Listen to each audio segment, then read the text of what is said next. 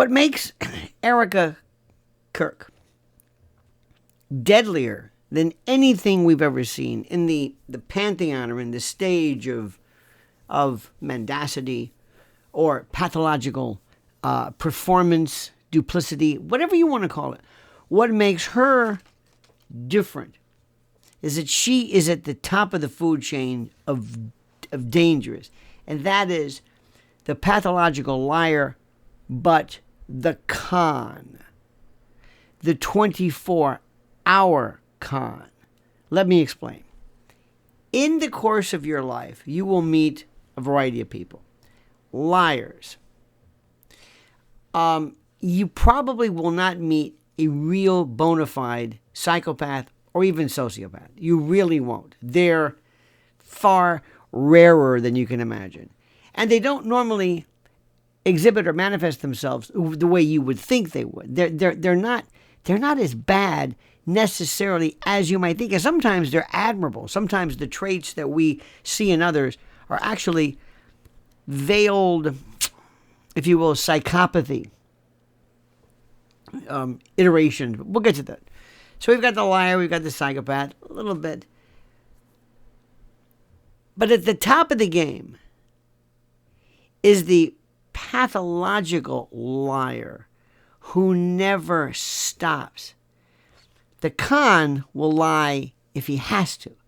The con would rather not. The con would rather win you over. The con does not want to lie. The con wants to use it sparingly because in order to gain your confidence, he or she can't be caught in the lie. They're not into lying. They do it reluctantly. When it comes to the big matters, they sell you something that's fake. But other than that, they may pretend they know about watches or jewelry, but that's as much of the performance as you get. The con, the performance con, the Erika Kirk is the rarest of the rare and absolutely dangerous. Let me explain a few things, and let me beg your forgiveness because I'm going to jump all over the place. Do not expect any cogent exposition or exegesis, so to speak, on the subject of the con. First, let's talk about some people you don't like. Well, let me rephrase it. People I don't like. I think politically, Robert De Niro. The late Rob Reiner. Sorry, it's tragic that he died, but when he was spewing this political nonsense, it was horrible. AOC, Jasmine Crockett. You know what I mean? Okay. But let's take Robert De Niro. Robert De Niro was not a con. He was. They say he's a great actor. I don't think so, but he wasn't a con. He was just bad. He was trying to fulfill his role as the performance, if you will, anti-Trumper or whatever. But he really wasn't lying. He wasn't a liar. Rob Reiner wasn't a liar. Bette Midler wasn't a liar. Pick anybody you want. Listen, you might not like Trump. You might not. They're really not liars. They don't. Sometimes they may fool you a little bit, but they really are what they say they are. Let me say this again. They really are what they say they are. You just may not like it. Robert De Niro is, for whatever reason, he is paid to be an actor, but he really is this kind of a dim-witted lefty, or however you want to say it. He's not lying. He's not. That's real. That's who he is. Understand? He is probably more honest with you than other people. Honesty I can deal with. Honesty is my... Just tell me the truth. I know people that I actually kind of admire, though I don't want to be around them. I may not like them, but they don't lie. They are who they are. What did Popeye say? I am what I am. They are what they are. Remember that. So they're not lying. Hillary Clinton, whatever you think about her, She is what she is. You may not like her. Oh, she'll say things in the course of politics to an extent. She'll change her mind. They all did. Remember the old days, they were against gay marriage, and then they were for gay marriage, and then they were, that's politics. But deep down inside, she is who she is. She is. She's not. But Erika Kirk is nothing. It's the role she is in. She is in the role of the, it's sad to say widow, I don't want to mock that, but she is the ebullient, exuberant, the unctuous, the performative Christian, just to the slashes, by the way. Christian slash, by the way, it's called a solidus or a virgule. Christian slash widow slash mother slash hot, sexy slash brilliant slash admiring leader, subject of everything from lust to admiration. She is being her. This iteration of her. And you might say to yourself, well, it's who she always is. No. You have never seen her. She does not exist. She's almost like a balloon without the air. And the particular manifestation, whatever the role is, that's what animates her. When she was doing all those kind of that cheesecake, cheesy, doing, reels for, look at me, I'm trying to get a job with her boyfriends. She was kind of like the young, hip, sexy, so to speak, actress, beauty pageant, Erika. Now she's the older, attempts to be more of like the respected mother, or she does not exist. It's the role she is. She's the most dangerous of them all. She's not really lying to you. She's in this performance. When somebody's sleepwalking, they're not lying. If you believe in multiple personalities, they're not lying. When somebody is drunk, they're not lying, but they're in an altered state. And her altered state is that reality doesn't exist. So you don't know what you're getting. Whatever you get from her, whatever she tells you, whatever you believe she is, she doesn't exist. It's the role at the moment. She's not a psychopath. We'll talk about that in a moment. She is not a psychopath. She is the con. I worked for years with some great people in professional wrestling. I knew some wonderful people. Gordon Soley, Bobby the Brain Heenan. I loved him. We worked together. He was just a joy. One of the funniest, smartest people I've ever known.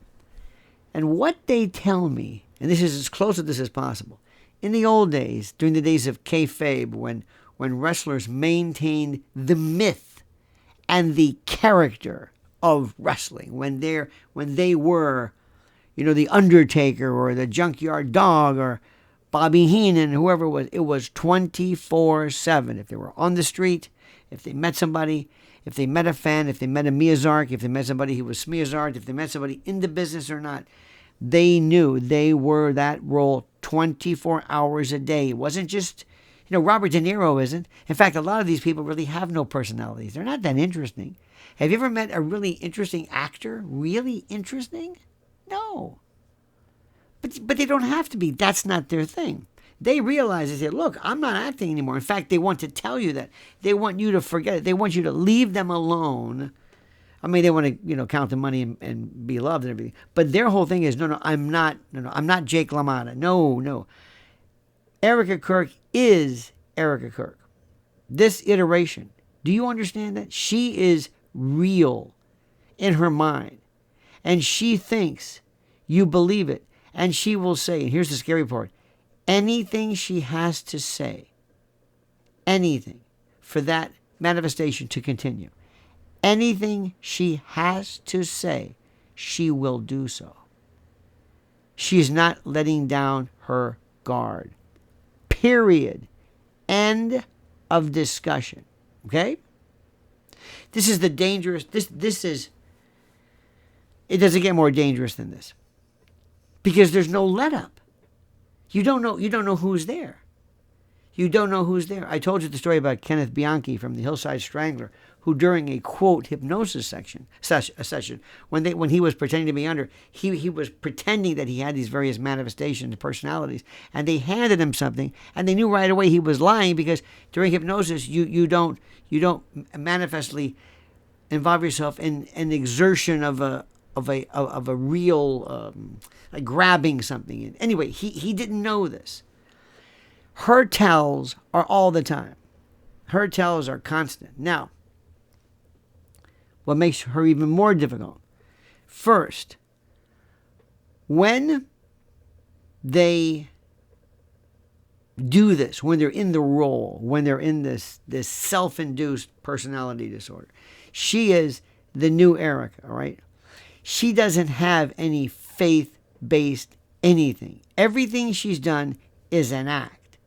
How does a devout Christian mother, dutiful wife, she's not dutiful in the least. Charlie was very old-fashioned about it. I think women should stay at home and be moms and cook meatloaf and play at the park with their kids. Oh, I don't know where he got that from. She thought to herself, bullshit, no way. But you never hear her mention kids. Never.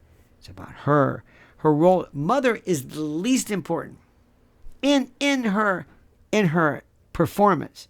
In Erika, the whatever this particular iteration is, means nothing to her. It never comes up. Not even a wife. Not even Charlie. Some people who always say, praise God. Remember the old pride, the old great, the ones who say, praise God in the name of Jesus. They just said this as a punctuation. That was their You know how some kids, they say, like, I was so like, and like, I was so like, well, that their like was always in the name of Jesus. Praise be to God. And you expected it was a cadence. It was like Hamburger Helper. It was an interconnective type of offal or connective tissue. That's what. But her act isn't very good. She never had the chance to really do it because Charlie was it. When you take on a role, when you take on the act of the crying wife, you can only do this for a while. Actors who had to play somebody who was limping would sometimes put a stone in their shoe or something, which would remind them, obviously, to limp.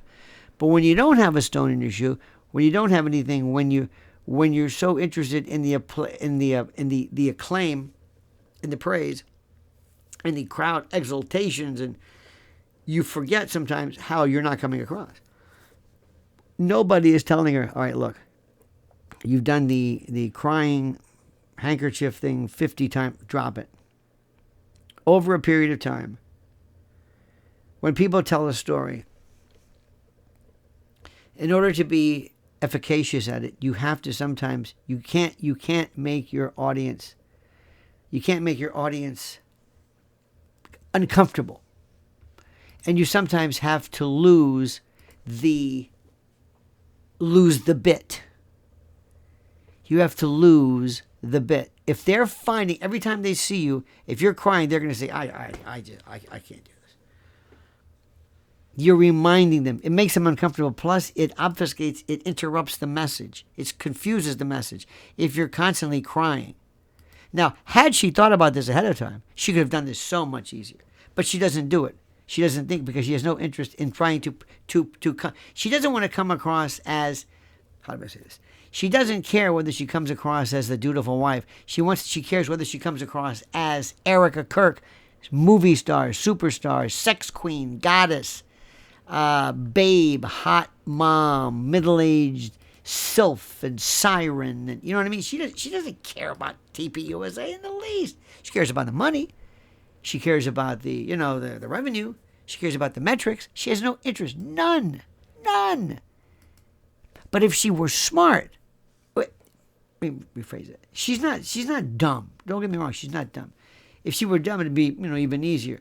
But what she does is, this is so interesting. She does some things which are really weird. She forgets kind of what people want to hear. And the thing people want to hear is they want to talk about how the organization is doing and how it's working and how things are going. She wants to hear this. People want to hear this. People want to hear, for example, if she came out and said, last year we started 100 new charities or new scholarships, or we have 100 new TPUSA ambassadors or something. Talk about the mission, and then people will come to you. Then people will say, wow, do you hear what they're doing? I love this woman. She's not interested in that. She doesn't care about that. Now, that may seem counterintuitive, but she doesn't care about whether you admire her or not. She has no interest in that. What she wants is she wants you to say, am I hot? Am I sexy? Please do not think I'm being cruel. Please do not think I'm being cruel. Please do not think for a moment that I'm being cruel. Please do not think that what I'm saying is just being mean. If you don't understand this, you don't understand how she works. This is critical to who she is. She is a movie star, chanteuse, actress, babe, sexpot. Her world is titillation. B-girl. Remember the B-girls? Remember the old days? The Betty Boop pinup girls. It was a Betty Grable, not a great actress, but a hot number. She has no interest in anything. If I could say to her, listen, let's say I was the devil, some Faustian deal, and I said, listen, I'll make a deal with you. You will give up any and all claims to being a legitimate ambassador of your husband's goodwill. You will give up any and all connection with Christian goodwill, with spreading the holy word, with being a Christian bellwether, pole star, exemplar. You will lose all of that. But in return for that, I will make you universally hot. Everybody who sees you will immediately say, damn. But you can never do anything remotely involving Charlie's good word. Now the money, remember the money in this hypothetical, let's assume money is not really an issue here. Whereas other people would say, excuse me, my goal is to perpetuate his holy word, the holy word of truth, the Bible, the biblical edicts, this is what I want. I don't care about. Do you think Billy Graham ever cared about being hot? I mean, Billy Graham, of course, had an ego. I mean, when I say he had self-determination, and he had a consideration and a consideration, and I should say, and a focus on how he is perceived. But his whole world and word was a proliferation of the word. I think he was legitimate. I think Billy Graham was a holy man. Might have been perfect as a human, but he was incredible. Candace will look at that and say, I don't care about that. I don't care about that. Candace, would you? I keep saying Candace. Forgive me. Oh, my God. Did I? Oh, please. Oh, Jesus. No, God, no. Don't. Not strike me down. Erika. Oh, I didn't mean that. Oh, Lord.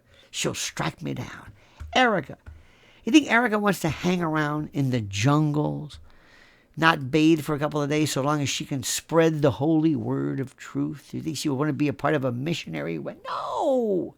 And she doesn't have to be. To be fair, not everybody wants to do that. But that's not who she is. Her thing is, that is the front. This is where the performative part comes in. This is how this thing works. And I can't say it enough. Now, let me say something about the psychopath. If ever there was a term that was overused, it's psychopath. If ever there was a word. A psychopath, the best explanation for you to understand is that they're not necessarily a killer. They're not mean. They don't mean to hurt anybody. That's not their focus. If they have to go through you to accomplish something, what makes them dangerous is that the normal thing called conscience, they don't have. So, if their success happens to involve bulldozing you, so be it. It's not because they want to. but you got in the way. And the reason why they're dangerous is that this conscience part doesn't work. What is conscience? The best definition is the head and heart connection. I can't say that enough to you. The head and heart connection. When you do something, part of what you do is paired with your guttural, visceral, emotional reaction as to how it will be perceived, how it will be manifested, whether people suffer, whether you'll lose your job, lose your freedom, get arrested, whatever it is. Some people will say, I'm not going to do this because I could get arrested, right? That's not moral. That may be just fear. But the head and the heart are connected. The heart says, no. It's the emotional part. It's the reality. It's almost like the Freud's id, superego, and ego. It's almost like that. It's id versus superego. Really, when the ego is completely excluded from consideration. If that makes any sense. One of the things you have to understand about these people, one of the best examples I saw was there was a test years ago, and they did some fMRI kind of imaging research. And they wanted to see, for example, they put a molecule of glucose or whatever in your brain, and they wanted to see which areas fire during certain particular mental activities. And one of the things they did was they took people and they told them that they were going to put on their finger a little, not a plethysmograph, but some type of little electrical charge or element or something, and that at the count of 10 they would receive a mild electric shock. And there wasn't a shock. That's not the point. But they told him it was. They told him. They told the participant, when you do this, you will receive a shock. Okay, fine. So what happened was, when they did 10, 9, 8, or they counted forward or backwards, when they did this, they noticed parts of the brain were firing, indicating anticipation. Why?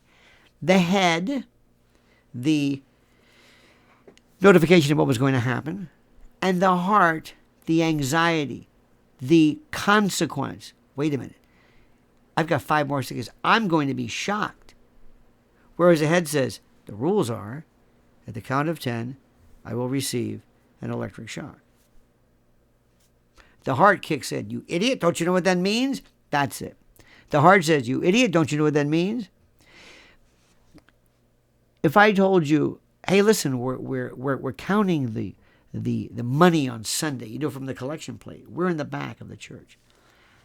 We could take this money. Or we could take parts of it. You might say to yourself, wait a minute. If we do that and we get caught, then what the hell are you thinking? Or do you know what's going on? We could lose our position in the community. We might embarrass ourselves. We might be arrested. Our families will be scorned and be thrown out of the church. Oh, we can't do that. Why? Because the risk. That's your head and your heart connecting. It's your heart saying, no, don't. Psychopaths don't have that. So in the particular test I'm talking about, when they did the 10, 9, 8, in regular people, their brains are going crazy. The anticipation. When I say going crazy, meaning the part of your brain that says, hey, idiot, 2 more seconds. Get ready. Brace yourself. Here comes the shock. With the psychopath, nothing. It didn't connect. Psychopaths are great heroes. I'm hurt. I'll get him. What are you, crazy? No. Get him. Terrible chess players. If I move here, I'll move here. There's no... It's your place, yes, and you get your hand on the queen, and you're looking around. Oh, my God, I don't want to lose the queen. There's nothing. She doesn't have that. Because even that connection may have nothing to do with morality. She doesn't have that. She is not that bereft. The emotional part of her has not been tabled completely. She's in an act. And lately, not only that, we get somebody here who is weird, coming on to a 15-year-old, referring to things as far as the female pudenda, which of course is irrelevant. Redundant, I should say. Tautological, dare I say. That was the scariest. See, one word about the sex. You see, when you are uniquely depraved, You do things and you exhibit things in different ways. Most people have a range in terms of sexual expression. It's this far. And within that range, it's very healthy. You might be quite the firebrand, the temptress, the devil woman or man. You might be a little kinky, a little strange, a little weird, but not, you're just, and that's within the realm of imagination and role playing or whatever you want to call it. A certain amount of identification of sex maybe as a target, flirtation, maybe getting a little randy, a little. There's this realm here. But there are these cutoff points: violence, serious deception, criminality, children.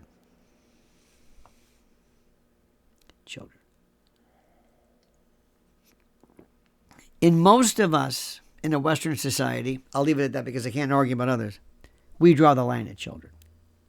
Not only, first of all, we do not feel any kind of sexual attraction, but we draw the line.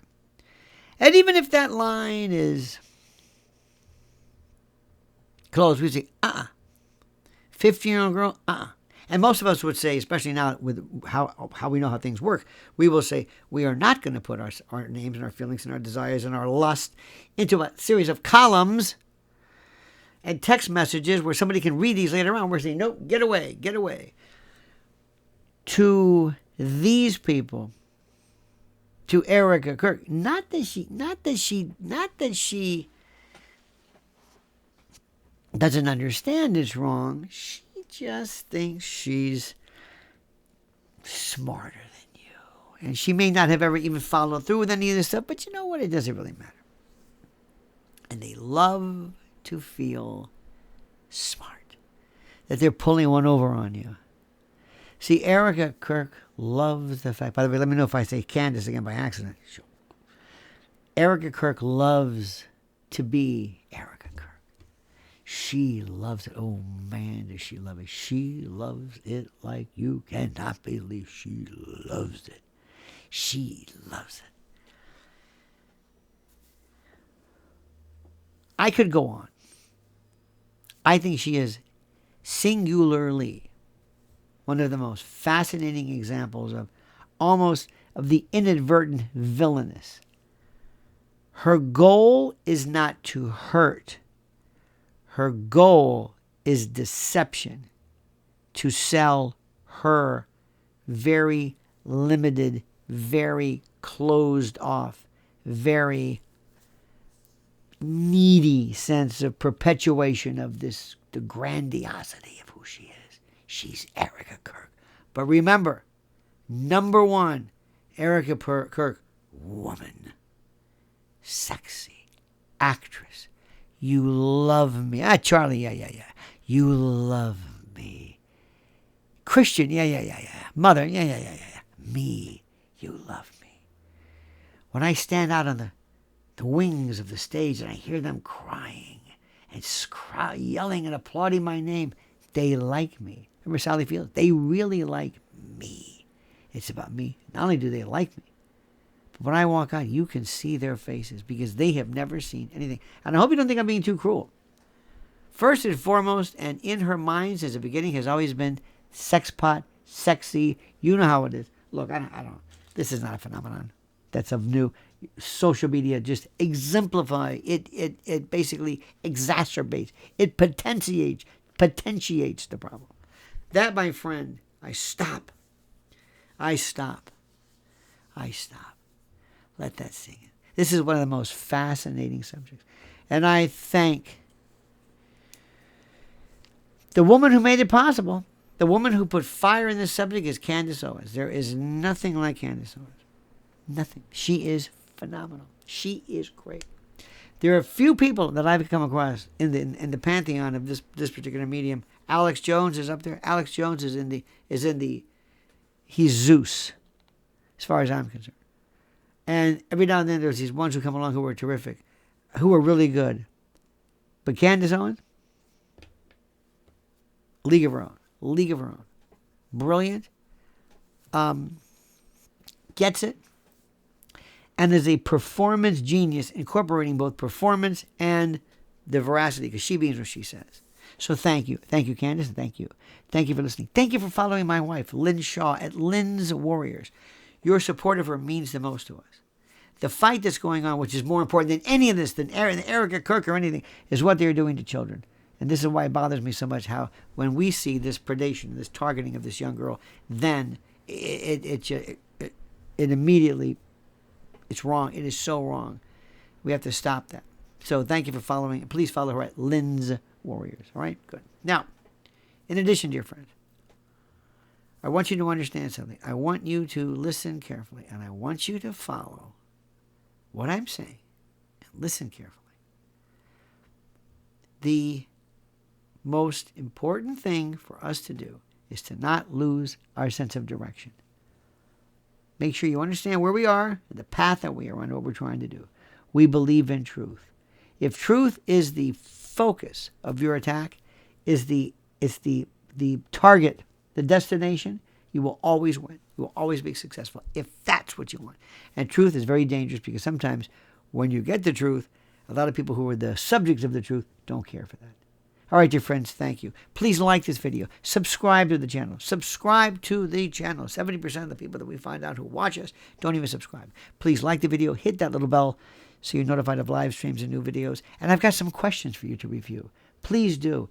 Your insights are wonderful. The interaction is wonderful. As I now beg, beseech, importune, entreat, ask, and just wish that you would comment as you see fit.